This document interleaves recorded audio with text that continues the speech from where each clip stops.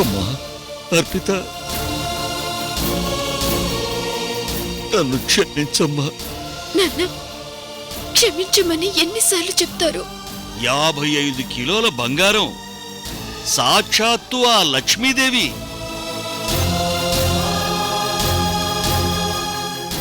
అవునరా, అర్పిత మన ఇంటికి రాబోతోంది.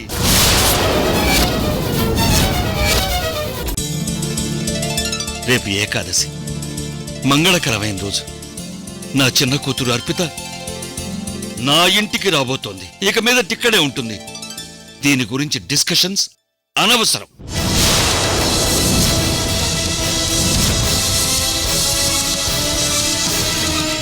కదమ్మా, చెప్పయ్యా. ఇన్నాళ్ళు ఈ ఇంటి దీపాన్ని దూరం చేసుకుని మనం చీకట్లో బతికాం. ఇక మీద అలా జరగకూడదు.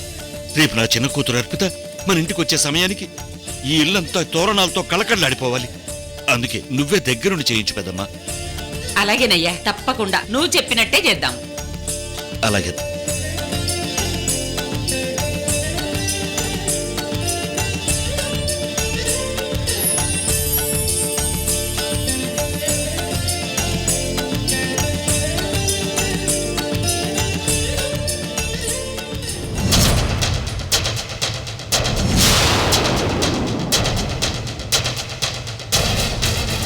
అక్క, ఇప్పుడేం చేద్దాం?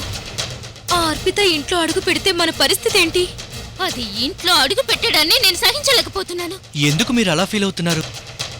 అర్పిత మిమ్మల్ని చాలా బాగా చూసుకుంటుంది. మీరు అర్పిత్తో చాలా సంతోషంగా ఉంటారు. సింగినాదమేం కాదు, దాంతో ఉంటే ఎలా ఉంటుందో తమరు చెప్తే కానీ మాకు తెలియదు. మరి వెళ్ళి మీ పని చూసుకోండి. మీ కర్మ.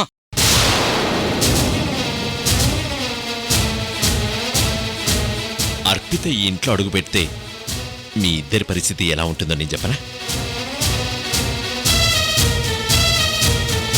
తను పెద్ద ఆఫీసర్ కాబట్టి ఇంటా బయట తనదే పై చెయ్యి అవుతుంది. తన ముందు మీరు తేలిపోతారు.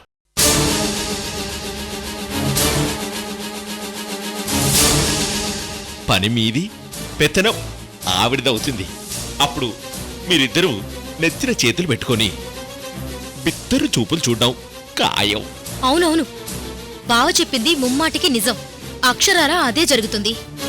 అది ఆ రూట్లో వస్తే మనం ఇంకో రూట్లో వెళ్దాం.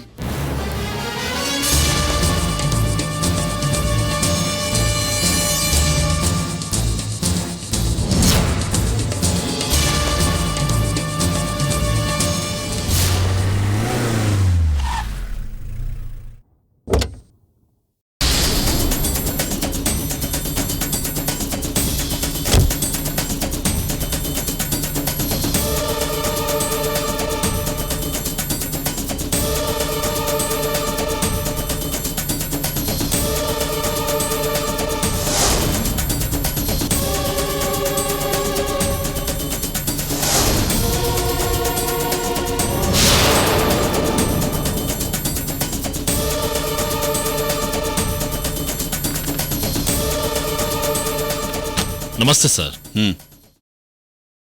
మేడం గారికి ఏం కావాలన్నా జాగ్రత్తగా చూసుకుంటున్నారా? మేడం గారు అడిగినవని అరేంజ్ చేస్తున్నాం సార్. సరే, నేను వచ్చానని తీసుకురండి. Okay sir. కానిస్టేబుల్, మేడం గారిని పిలుచుకురా. సార్, మీరు మాట్లాడుతుండండి, ఇప్పుడే వస్తారు.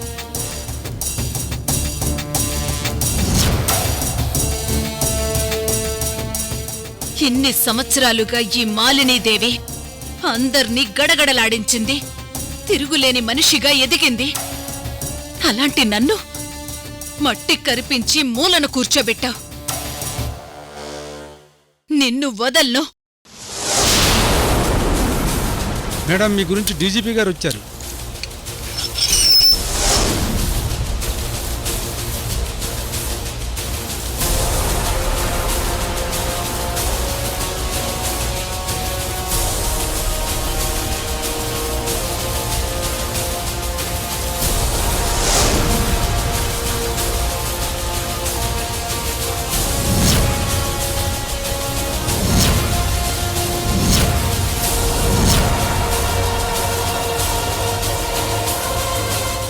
చూడు డార్లింగ్, చూడు నా పరిస్థితిని చూడు. డాలీ, నిన్నిలా చూసి తట్టుకోలేకపోతున్నాను. నీకిలాంటి పరిస్థితి వస్తుందని కల్లో కూడా ఊహించలేదు. మహామహుల్ని మట్టి కర్పించి నీ ముందు మోకరిల్లేలా చేశావు. కానీ ఇప్పుడిలా ఈ మాలిని దేవికి మట్టి కూడా అంటకుండా మహారాణిలా చలామణి అవుదామనుకున్నాను. కానీ అర్పిత నా ఒళ్ళంతా బురదే రాసేసింది. బాధపడకు డాలి. మళ్ళీ మంచి రోజులు రాకపోవు. నువ్వు చక్రం తిప్పకపోవు. ఈ వ్యాపారాలు దందాలు మానేస్తాను డార్లింగ్. మానేసి ఏం చేస్తావు డాలి? నాకు ఈ పరిస్థితి కల్పించిన అర్పితని అంతం చేస్తాను. అనవసరంగా ఆమె గురించి ఆలోచించి మనసు పాడు చేసుకోకు. నువ్వు అసలు మనిషివేనా? డాలి, నువ్వు మగాడివేనా?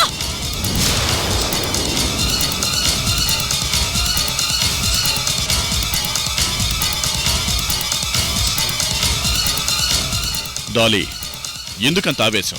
ఆ? నేనేంటో నా పవర్ ఏంటో నీకు తెలీదా? తెలుస్తూనే ఉంది. పెద్ద పోలీస్ బాసు అయ్యుండి ప్రియురాలిలా జైల్లో మగ్గిపోతుంటే ఏమీ చేత కాక ముంగిలో ముదరష్టపు ఏడిపేడ్చే నువ్వు ఒక మగాడివేనా?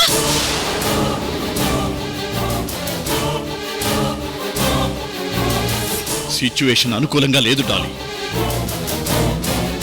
అప్పటికే బెయిల్ కోసం ట్రై చేస్తూనే ఉన్నాను. కోరుకున్న ఆ ఫాల్గుణ్ణిచ్చి నీ కూతురికి పెళ్లి చేయలేకపోయావు. నాకు బెయిల్ ఇప్పించడానికి బయలుదేరావు. పెద్ద పోటుగాడివి. ఆవేశపడకు డాలీ, అందరూ వింటారు. నా పరువు పోతుంది.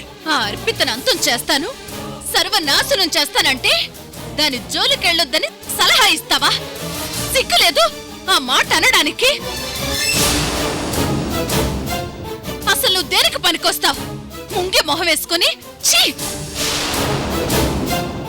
నీ మొహం చూడాలంటేనే నాకు అసహ్యం వేస్తుంది. డాలీ, నేను ఎంతగా ప్రేమిస్తున్నానో నీకు బాగా తెలుసు. నన్ను పట్టుకొని ఇలా అనడం నీకు భావ్యం కాదు. సోదాపి ఆ అర్పిత పరిస్థితి ఏంటో చెప్పు. అర్పిత వాళ్ళ నాన్నతో హాయిగా ఉంది. తండ్రి కూతుళ్ళు కలిసే ఉంటున్నారు. వాళ్ళు కలిసిపోయారు. ఆ అర్పిత దాని కుటుంబంతో హాయిగా ఉంటుందా? ఎలా ఉంటుందో నేను చూస్తాను. ఇంతకీ నాకు బెయిల్ వచ్చే అవకాశం ఎప్పుడుంటుందన్నారు? ఢిల్లీ లాయర్తో టచ్లోనే ఉన్నారు. ఎలక్షన్లున్నాయని నీ విషయంలో ఎవరూ సహకరించట్లేదు. కానీ ఎలాగైనా తొందరలోనే బెయిల్ వచ్చేలా ప్రయత్నిస్తాండాలి. ఈసారి నన్ను కలవాలన్నా చూడాలన్నా బెయిల్ ఆర్డర్స్తోనే రా, లేదంటే రాకు.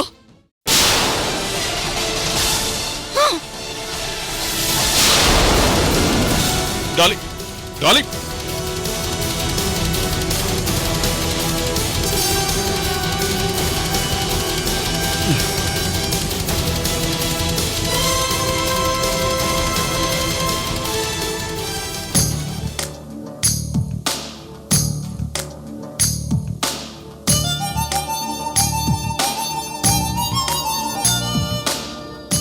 పెద్దమ్మా, అర్పిత వచ్చే టైం అయింది. హారతి పళ్ళం రెడీ చేసావా? అవన్నీ ఎప్పుడో రెడీగా పెట్టానురా. ఆ, పెద్దమ్మా, అర్పిత వచ్చేస్తుంది. అర్పితతో పాటు ఈ ఇంటికి లక్ష్మీ కళ కూడా వచ్చేస్తుంది. జీవితాంతం ఇది ఇలాగే ఉంటే చాలు పెద్దమ్మా. అవునరా, పైనుంచి అర్చన చూస్తూ ఉంటుంది. నువ్వు అర్పిత కలిసినందుకు అర్చన ఎంతో సంతోషిస్తుందిరా. అవును పెద్దమ్మా, అర్చన నిజంగా చాలా సంతోషిస్తుంది.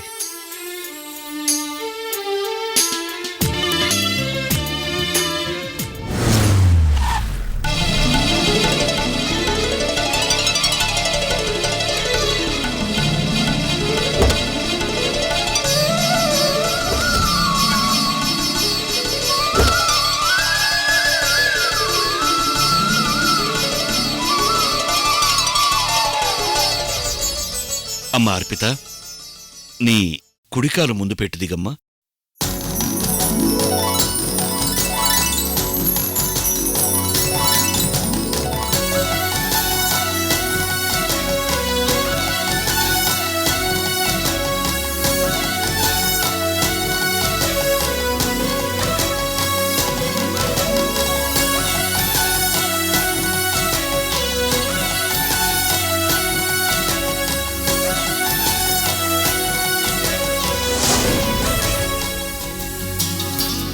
పదమ్మా.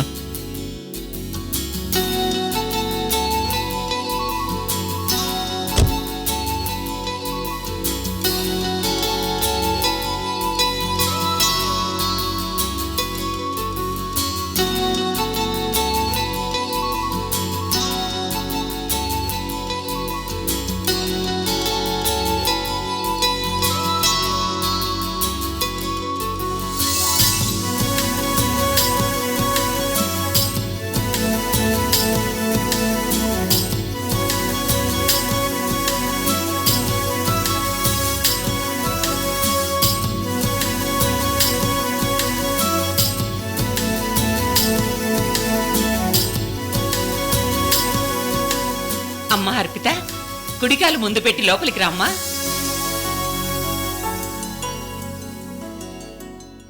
ఆగక్కడ.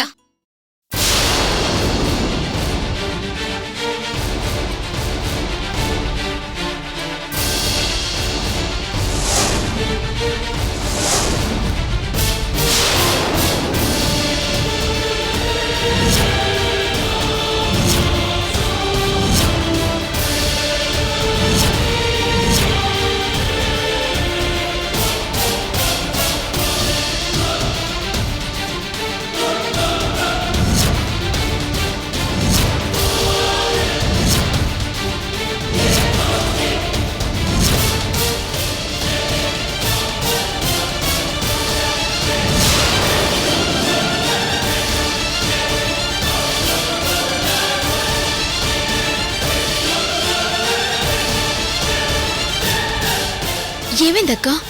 నువ్వు ఇంటి లోపల అడుగు పెడితే మేము ఇంటి బయట అడుగు పెట్టాల్సి వస్తుంది.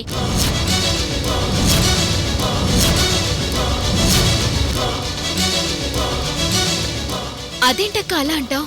అదంతే, అదే మా నిర్ణయం. అంటే అంటే ఏంటో అర్థం కాలేదా నాన్న? అర్పిత ఇంట్లో ఉంటే మేమిక్కడ ఉండం. మీకేం పోయే కాలం వచ్చిందే?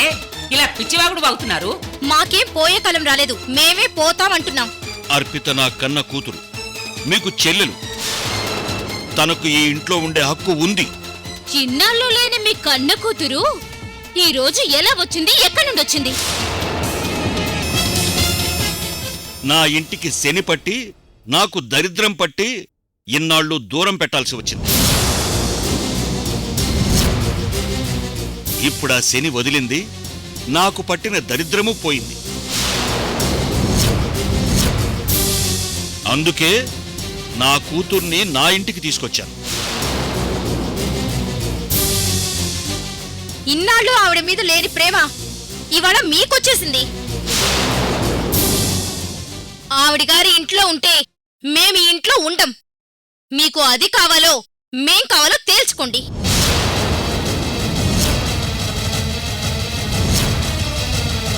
అక్క, ఏంటక్క మాటలు? నేను మీకు తోడబుట్టిన దాన్ని, మీ చెల్లెల్ని. నేను ఇంట్లో అడుగు పెడితే మీరింట్లోంచి వెళ్ళిపోవడం ఏంటి?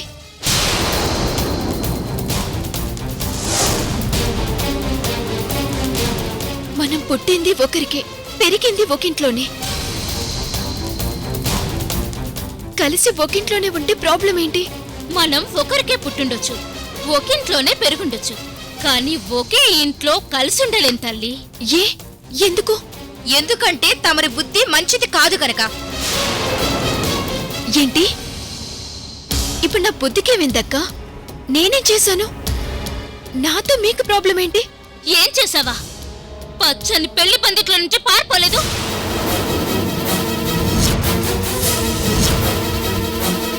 మాకు తలవంపులు తేలేదు.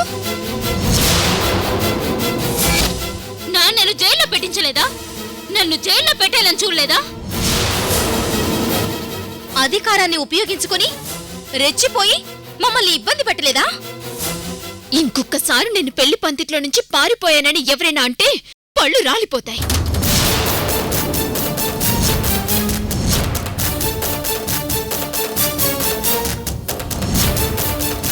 నేను మిమ్మల్ని ఇబ్బంది పెట్టానా?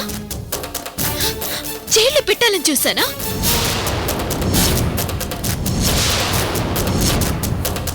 నిజం తెలుసుకోకుండా ఎలా పడితే అలా మాట్లాడితే నాలుగు చీరేస్తాను.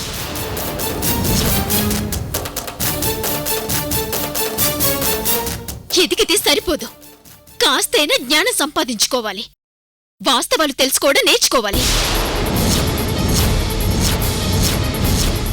ఓర్పుగా ఉండడం అలవాటు చేసుకోవాలి, పద్ధతిగా ప్రవర్తించాలి.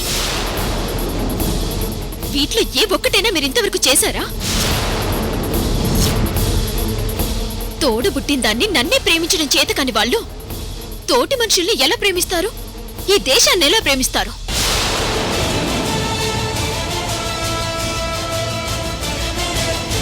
అబ్బా ఏం చెప్పావమ్మా, అది అలా చెప్పు. అలా చెప్పేవాళ్ళు లేకే వీళ్ళు ఇలా తయారయ్యారు. నీకన్నా పెద్దవాళ్ళవన్న గౌరవం లేకుండా మమ్మల్ని పట్టుకుని ఇలా అవమానిస్తున్నా. ఈ ఇంట్లో ఉంటే నువ్వు మమ్మల్ని అసలు బతకనిస్తావా?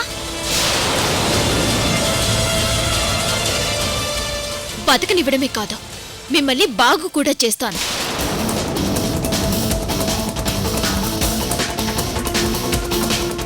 అంటే నీ దృష్టిలో చెడిపోయాము అనా నువ్వు మమ్మల్ని బాగు చేస్తాను అంటున్నా?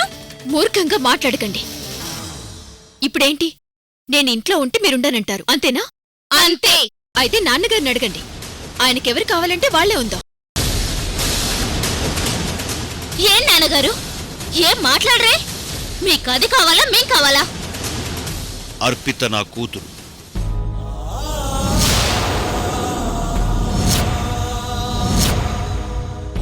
నా కూతురు నా ఇంట్లో ఉంటే ఇంటికి గౌరవం, నాతో ఉంటే నాకు మనశ్శాంతి.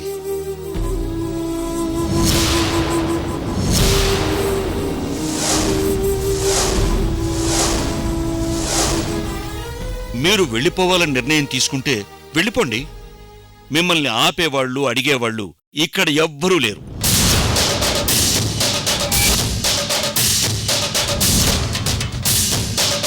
నాకు నా చిన్న కూతురు అర్పిత ముఖ్యం. కన్న తండ్రిగా నేను మీకు చేయాల్సిన న్యాయం చేశాను.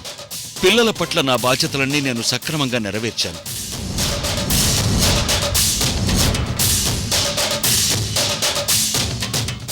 నేనొకవేళ అన్యాయం అంటూ చేస్తే నా చిన్న కూతురు అర్పితకి మాత్రమే చేశాను.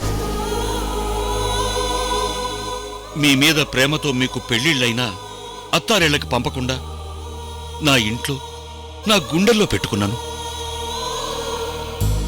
కాని ఈరోజు నా చిన్న కూతురికి న్యాయం చేయాలని చూస్తుంటే తోడబుట్టిన చెల్లెల మీద మీరు విషం చిమ్ముతున్నారు. అలాంటి వాళ్ళకి నా ఇంట్లో స్థానం లేదు. మీరు వెళ్ళాలనుకుంటే నిశ్చింతగా వెళ్ళొచ్చు. అదేంటి మావయ్య గారు అలా అనేశారు? వీళ్ళు కూడా మీ కూతుర్లే కదా, వీళ్ళని అసలు పట్టించుకోరా? కన్న కూతుళ్ళులా ఉంటే ఎందుకు పట్టించుకోరు? అలా లేకపోబట్టేగా ఇన్ని సమస్యలు. ఇంట్లోంచి వెళ్ళిపోయే పరిస్థితి ఎందుకు తెచ్చుకున్నారు?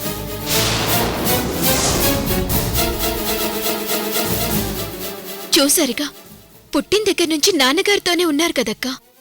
నిజానికి మీరు వెళ్ళిపోతానంటే నాన్నగారు మిమ్మల్ని దూరం చేసుకోలేక తల్లడిల్లిపోవాలి. కాని ఆయన ఏమన్నారో విన్నారుగా.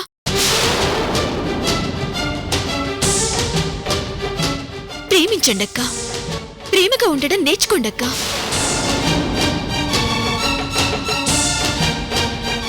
మనమంతా ఒక కుటుంబం, కలిసి సంతోషంగా ఉందాం. నువ్వు ఈ ఇంట్లో ఉంటే ఎట్టి పరిస్థితుల్లోనూ మేము ఉండం. అక్కా, ఇప్పటిదాకా మీకు మంచితనంతో చెప్పాను, మీరు వినట్లేదు. వినకపోతే నా పద్ధతిలో చెప్పాల్సొస్తుంది. ఏం చేస్తావేంటి? జైల్లో పెట్టించి చెప్పేది వినేదాకా చిత్త కొట్టిస్తాను.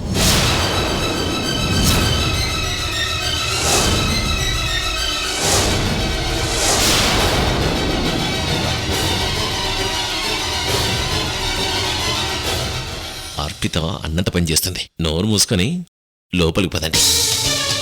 మేమే తప్పు చెయ్యకుండానే జైల్లో పెట్టిస్తావా? కుటుంబమంతా క్షేమంగా ఉండటం కోసం చెప్పిన మాట విననప్పుడు జైల్లో పెట్టి చిత్త కొట్టించడం నా దృష్టిలో తప్పు కాదు. మీరు గుమ్మం దాటితే పోలీసులు మిమ్మల్ని అరెస్ట్ చేస్తారు. మీ ఇష్టం. నా మాట వినండమ్మా. మనం బయటికి పోయినా బతకడానికి అవకాశమే లేదు. ఏదో ఇలా బెట్టు చేయడం తప్ప ఏమీ కాలేదని ఇలా సర్దుకుపోవడం బెటర్. సరే సర్దుకుపోదామక్కా.